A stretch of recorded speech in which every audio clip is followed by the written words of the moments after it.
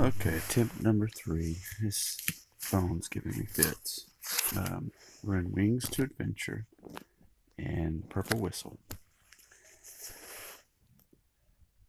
Climbing up on the seat, Tim looked wildly about for Mr. Walker, but he was nowhere in sight. So there was only one thing to do. Calling out hoarsely, "Thief! Thief!" Tim gave Jonathan a sharp flick across the back. The animal, startled by the whip, bolted forward. Let me check this battery. Okay. "Hey, you! Come back!" shouted Constable Pratt. But Tim didn't stop, even though he was trembling so he could hardly hold the reins. Instead, he sent Jonathan into a gallop with a touch of the whip. People in the road got out of the way quickly. Rounding the far end of the green, Tim saw Mr. Sharp ahead, beating his old horse, but Jonathan was faster.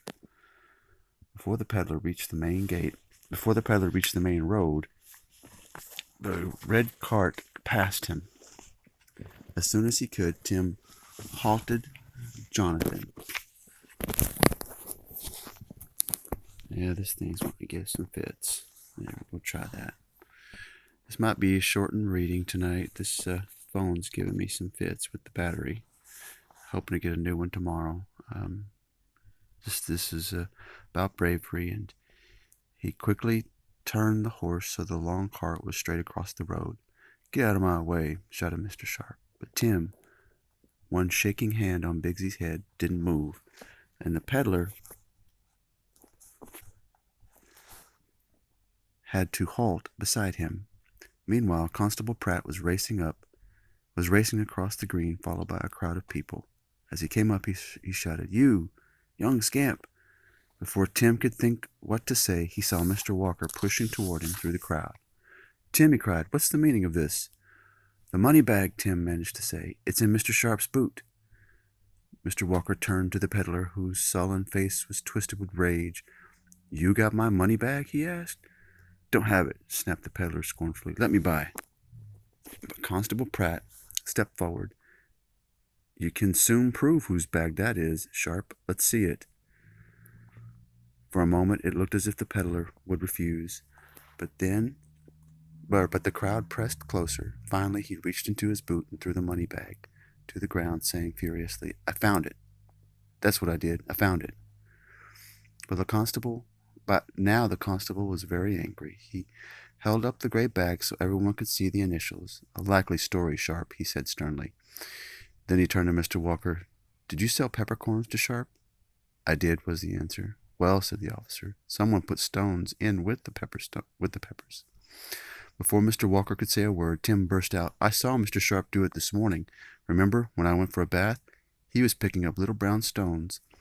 "So that's what you wanted to tell me," said Mr. Walker. "And me too upset about the stolen money to listen. What's more, Constable, I can prove at the inn that when I gave the keg of peppercorns to Sharp, they were still sealed." "Good," said the officer. "You and Sharp follow me to the courthouse where we'll settle this. But before we go, sir, let me say that you have a brave boy here. He knew how to stop this thief. And what's more, you've got a fine dog. If this little animal hadn't jumped on Sharp, you'd never have found your money bag. Oh, this battery's about to die." Mr. Walker hopped onto the cart, put both hands around Tim's shoulders. He told the crowd, "By living laws, he's the best peddler's boy in Connecticut. Can't get along without him and Bigsy. If his parents were willing, the two of them will travel with me the rest of the summer." Tim was too excited and happy to talk. The constable had called him brave. But the amazing part was he hadn't used the whistle. Why, he hadn't even thought of it during the wild ride about the common. As Father had said, someday he wouldn't need it at all.